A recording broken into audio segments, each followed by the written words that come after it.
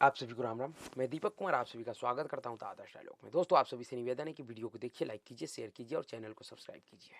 दोस्तों, कल पूर्व प्रधानमंत्री डॉक्टर मनमोहन सिंह जी अपने अनंत यात्रा पर निकल गए। कल दिल्ली के निगम बोध घाट पर उनका अंतिम संस्कार किया गया। पूरे राजकीय सम्मान के साथ उनका अंतिम संस्कार किया गया। उनके अंतिम संस्कार में, उनके अंतिम यात्रा में यह पूरा देश और देश का सभी गणमान्य लोग और पूरा भारत सरकार, यहाँ तक कि देश की राष्ट्रपति मौजूद थी। उनको पूरी राजकीय सम्मान के साथ उनके इस यात्रा का विदाई हुआ। लेकिन डॉक्टर मनमोहन सिंह जी के अनंत यात्रा के साथ ही कांग्रेस पार्टी और गांधी नेहरू परिवार ने एक घृणित राजनीति का शुरुआत भी कल किया, जो कि शर्मनाक है। कांग्रेस पार्टी और उनके नेता और गांधी परिवार के युवराज राहुल गांधी ने पूर्व प्रधानमंत्री मनमोहन सिंह जी के अंतिम संस्कार पर सवाल उठाते हुए कहा, मोदी सरकार ने एक सिख प्रधानमंत्री का अपमान किया है। मोदी सरकार के समय में एक पूर्व प्रधानमंत्री का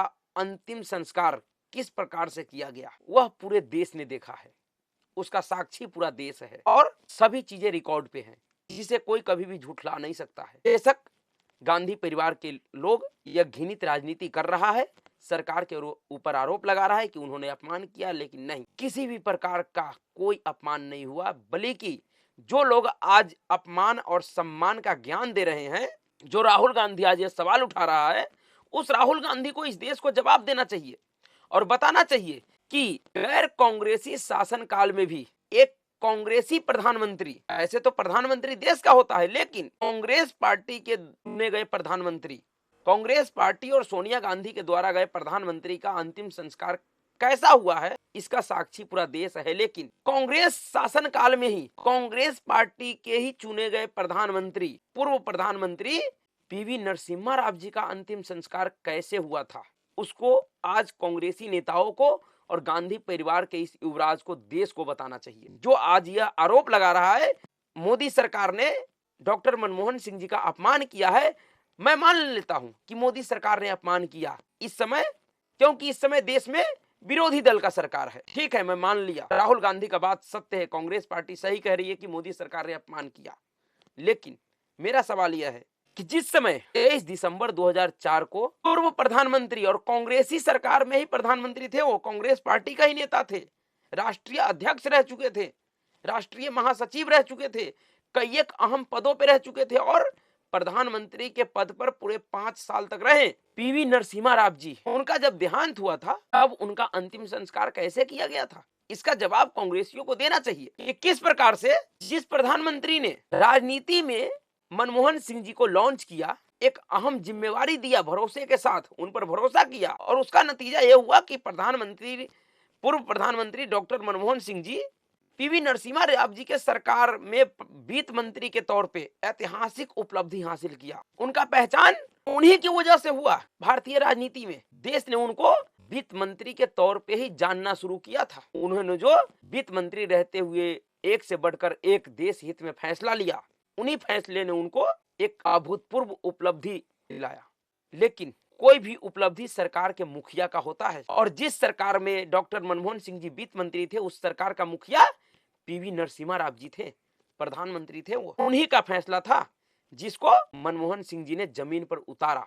हर एक कांग्रेसी नेता उस फैसले के लिए मनमोहन सिंह जी को तो श्रेय देते हैं, लेकिन वह पीवी नरसिम्हा राव जी का नाम नहीं लेते हैं। क्यों नहीं लेते हैं, इसका भी खुलासा देश के सामने हो चुका है, देश से छिपा हुआ नहीं है। लेकिन गांधी परिवार के लोग जो आज बता रहा है कि डॉक्टर मनमोहन सिंह जी का अपमान हो गया, उसको बताना चाहिए कि इस समय तो विरोधी दल का सरकार है, 2004 में तो कांग्रेस पार्टी का ही सरकार था, प्रधानमंत्री वही व्यक्ति था जो पीवी नरसिम्हा राव जी के समय में उनका वित्त मंत्री था, मनमोहन सिंह जी। मनमोहन सिंह जी के प्रधानमंत्री रहते हुए एक प्रकार से उनके राजनीतिक गुरु पीवी नरसिम्हा राव जी का देहांत हो जाता है 2004 में, और उसके बाद किस प्रकार से उनके परिवार के लोगों के लाख प्रयास के बावजूद कांग्रेस पार्टी के नेता और मनमोहन सिंह जी के सरकार में गृह मंत्री रहे हुए मनमोहन सरकार का गृह मंत्री सीआर पाटिल और कांग्रेस पार्टी का वरिष्ठ नेता गुलाम नबी आजाद, दोनों लोगों ने पीवी नरसिम्हा राव जी के परिवार पर दबाव बनाया कि वह पीवी नरसिम्हा राव जी के शव को हैदराबाद ले जाए, वहां उनका अंतिम संस्कार करे, दिल्ली में इनका अंतिम संस्कार नहीं होगा। क्यों नहीं होगा? क्योंकि पीवी नरसिम्हा राव जी कांग्रेस पार्टी गांधी परिवार का गुलामी स्वीकार नहीं किया था। क्योंकि पीवी नरसिम्हा राव जी गांधी परिवार का गुलामी स्वीकार नहीं किया, सोनिया गांधी का चरण स्पर्श नहीं किया था, उनका गुलामी करने से मना कर दिया था। इसलिए पीवी नरसिम्हा राव जी का जिस प्रकार का अंतिम संस्कार हुआ कांग्रेस पार्टी के शासनकाल में, उसको राहुल गांधी को देश को बताना चाहिए कि किस प्रकार से पूर्व प्रधानमंत्री के शव को कांग्रेस मुख्यालय में नहीं आने दिया गया और ये कहा गया कि सोनिया गांधी का ऑर्डर नहीं है कि पीवी नरसिम्हा राव जी के शव को कांग्रेस मुख्यालय में रखा जाए। कांग्रेस मुख्यालय के गेट के बाहर आधे घंटे तक पीवी नरसिम्हा राव जी का शव वाहन इंतजार करता रहा कि कांग्रेस मुख्यालय का गेट खुलेगा और उनके शव को कांग्रेस मुख्यालय में रखा जाएगा कांग्रेस कार्यकर्ताओं के अंतिम दर्शन के लिए, श्रद्धांजलि के लिए। लेकिन कांग्रेस पार्टी का मुख्यालय नहीं खुला। आधे घंटे के इंतजार के बाद उनके शव को कांग्रेस दफ्तर के बाहर से ही लौटा कर ले जाना पड़ा। उनका अंतिम संस्कार दिल्ली के बजाय हैदराबाद में हुआ। अंतिम संस्कार में गांधी परिवार का कोई भी व्यक्ति शामिल नहीं हुआ था। जो सम्मान आज इस परिवार ने मनमोहन सिंह जी को दिया है, जिसका वो हकदार थे, उनके ऊपर एहसान नहीं किया है, उसी सम्मान का हकदार पीवी नरसिम्हा राव जी भी थे, क्योंकि उन्होंने देश हित में ऐतिहासिक फैसले लिए थे। उनके द्वारा लिए गए फैसलों का असर आज भी सरकारों के ऊपर होता है। उनके द्वारा लिए गए फैसलों का असर आज भी सरकारों के ऊपर है। देश को उनसे बहुत बड़ा फायदा हुआ था। एक तरीके से जिस समय देश कंगाली के कगार पर पहुंच चुका था, उस कंगाली से देश को बाहर निकाल कर लाया था नरसिम्हा राव जी के सरकार ने। उनके नेतृत्व में उस प्रधानमंत्री के साथ क्या किया। नरसिम्हा राव जी का अंतिम संस्कार हैदराबाद में हुआ था और उनके हैदराबाद में भी अंतिम संस्कार को इस प्रकार से किया गया कि रात के 2 बजे उनके अधजले लाश को कुत्तों ने नोच कर खाया था। ऐसा अपमान आज तक के भारत के राजनीतिक इतिहास में किसी भी प्रधानमंत्री का नहीं हुआ था। और प्रधानमंत्री छोड़िए, किसी सामान्य नेता का नहीं हुआ था जैसा अपमान पीवी नरसिम्हा राव जी का किया गया कांग्रेस पार्टी और गांधी नेहरू परिवार के द्वारा। उनके अंतिम यात्रा में, अंत्येष्टि कार्यक्रम में विरोधी दल के नेता गए थे, लाल कृष्ण आडवाणी, अटल बिहारी वाजपेयी, सभी लोग गए थे, लेकिन गांधी परिवार से कोई नहीं गया था। और सिर्फ पीवी नरसिम्हा राव जी क्यों? गांधी परिवार के इस घटिया राजनीति के बाद पूर्व राष्ट्रपति और कांग्रेस सरकार में पूर्व वित्त मंत्री रहे हुए डॉक्टर प्रणब मुखर्जी की बेटी शर्मिष्ठा मुखर्जी ने भी एक ऐसे ही किस्सा सुनाया है। उन्होंने प्रणब मुखर्जी के साथ जो हुआ था उनके मृत्यु पे, उस समय गांधी परिवार के लोगों ने जो व्यवहार किया था, उन्होंने उस बात को लेकर भी कहा है कि जब प्रणब मुखर्जी का स्वर्गवास हो गया तो शर्मिष्ठा मुखर्जी ने कहा कि उनके कहने के बावजूद भी कांग्रेस पार्टी के द्वारा सीडब्ल्यूसी का मीटिंग नहीं बुलाया गया, प्रणब मुखर्जी के लिए शोक प्रस्ताव भी पारित नहीं किया गया। और जब शर्मिष्ठा मुखर्जी ने इसका मांग किया तो कांग्रेसी नेताओं ने उनसे कहा कि हमारे देश में राष्ट्रपति के मौत पे शोक प्रस्ताव पारित करने का नियम नहीं है। शर्मिष्ठा मुखर्जी ने कहा कि जिस नेता ने कहा वो भी झूठ कहा था मुझसे, क्योंकि मैंने प्रणब दा के डायरी में ही पढ़ा था कि जब पूर्व राष्ट्रपति के.आर.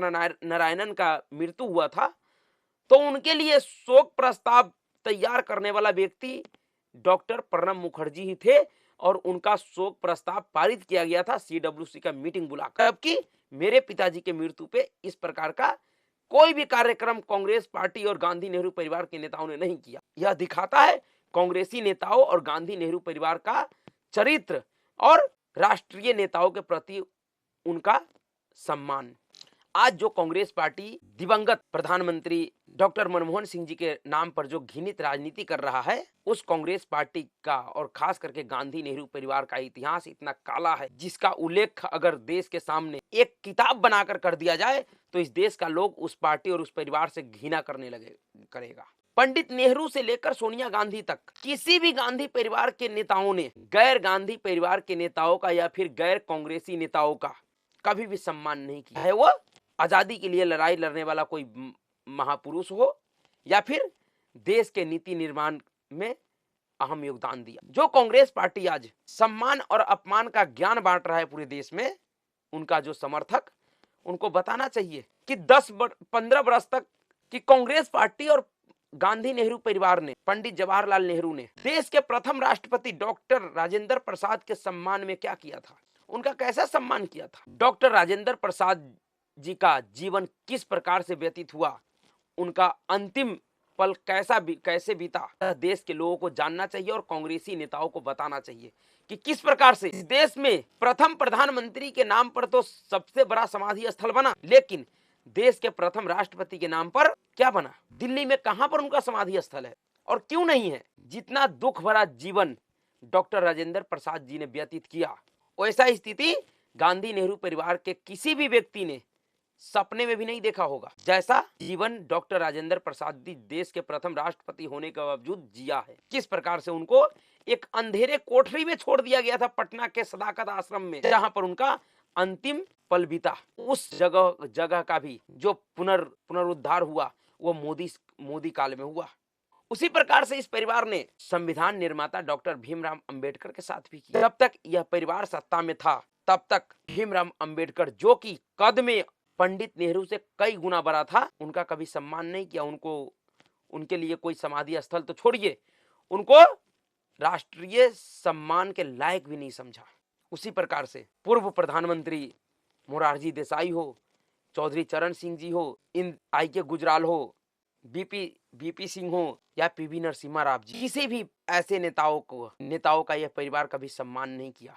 वह पार्टी, उस पार्टी का नेता आज सम्मान और अपमान का घृणित राजनीति कर रहा है। दरअसल यह राजनीति, यह लड़ाई मनमोहन सिंह जी के सम्मान के लिए नहीं है, बल्कि उनके वफादारी के इनाम के लिए। क्योंकि गांधी परिवार ने, सोनिया गांधी ने मनमोहन सिंह जी को ही प्रधानमंत्री क्यों बनाया, यह भी किसी से छिपा हुआ नहीं है। और इसका उल्लेख पूर्व राष्ट्रपति प्रणब मुखर्जी ने भी किया है, अपने डायरी में किया है।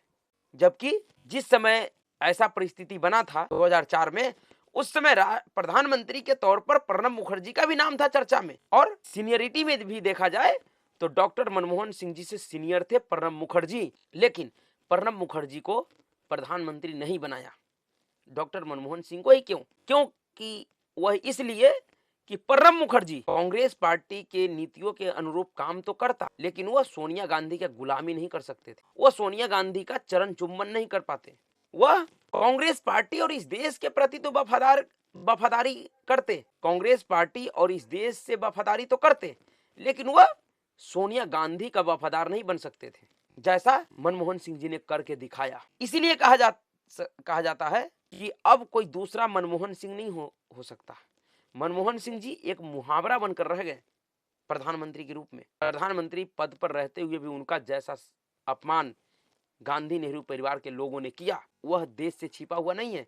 कि किस प्रकार से हमेशा जब भी कोई विदेशी मेहमान देश में आता था, उस विदेशी मेहमान से मुलाकात के समय पर सेंटर में सोनिया गांधी रहती थी, मनमोहन सिंह उसके साइड में रहते थे। देश को ऐसा लगता था जैसा प्रधानमंत्री मनमोहन सिंह ना होकर सोनिया गांधी हैं और मनमोहन सिंह उनका सलाहकार है। इस परिवार ने सम्मान ऐसा दिया कि प्रधानमंत्री तो बना दिया मनमोहन सिंह को, लेकिन उसके ऊपर एक असंवैधानिक समिति भी बना दिया, जिसे लोग एनएसी के रूप में जानता है, नेशनल एडवाइजरी कमेटी। आजाद भारत के राजनीति के इतिहास में यह घटना भी पहली बार हुआ। यह घटना भी अद्भुत था कि किसी प्रधानमंत्री के पद के ऊपर एक ऐसी कमेटी बनाई जाए जो पूरी तरह से असंवैधानिक था, जिस कमेटी में देश विरोधी, भारत विरोधी गैंग का जमावड़ा था, जिस पर एनजीओ गैंग का, अंतर्राष्ट्रीय एनजीओ गैंग का कब्जा था, घुसपैठ था। वह नेशनल एडवाइजरी कमेटी, जिसका मुखिया सोनिया गांधी थी, वह तय करती थी कि इस देश का प्रधानमंत्री क्या फैसला लेगा और क्या फैसला नहीं लेगा। वह पार्टी और उस परिवार का लोग आज मनमोहन सिंह जी के अंतिम संस्कार के ऊपर घृणित राजनीति कर रहा है, जिसने कभी किसी को सम्मान के लायक ही नहीं समझा परिवार के अलावा। नहीं तो अगर परिवार के अलावा किसी को सम्मान का लायक समझता तो ऐसा कतई नहीं हो सकता था कि देश की राजधानी दिल्ली में संजय गांधी का समाधि बन गया और बाबा साहब भीमराव अंबेडकर का नहीं बना, देश के प्रथम राष्ट्रपति राजेंद्र प्रसाद का नहीं बना, देश के पूर्व प्रधानमंत्री मोरारजी देसाई का नहीं बना, चौधरी चरण सिंह का नहीं बना, लेकिन संजय गांधी का बना, क्योंकि वह राजशाही परिवार का राजकुमार था, जो जीवन में कभी भी किसी संवैधानिक पद पे नहीं रहा। उनका कोई संवैधानिक प्रतिष्ठा नहीं था, वो सिर्फ एक सामान्य सांसद था, लेकिन क्योंकि वह गांधी परिवार का हिस्सा था, इसलिए इस देश के संसाधनों पे पहला अधिकार उनका था, इसलिए उनका समाधि बन गया, उनके पूरे परिवार के लोगों का समाधि बन गया। लेकिन दूसरे लोगों का समाधि नहीं बन पाया, चाहे उसमें सरदार पटेल हो, डॉक्टर राजेंद्र प्रसाद हो या अन्य भी वो महान लोग हो जिन्होंने इस देश के नीति निर्माण में अहम योगदान दिया है। इस गांधी परिवार के लोगों से कहीं अधिक योगदान दिया, अतुलनीय योगदान दिया। इसलिए इस परिवार के इस घृणित राजनीति को इस देश के लोगों को समझना चाहिए और इनसे सवाल पूछना चाहिए। इन्होंने जो मुद्दा छेड़ा है, यह मुद्दा अब इनके लिए ही एक ऐसा खाई बन जाएगा जिसमें ये धीरे धीरे धंसते जाएंगे, बाहर नहीं निकल पाएंगे, क्योंकि इस परिवार का अतीत इतना काला है, इतना दागनुमा है, जिससे पार पाना इनके लिए मुश्किल ही नहीं, नामुमकिन। तो अभी के लिए इतना ही। अगर आपको वीडियो अच्छा लगा, वीडियो को लाइक कीजिएगा, शेयर कीजिएगा और चैनल को सब्सक्राइब कीजिएगा। नमस्कार।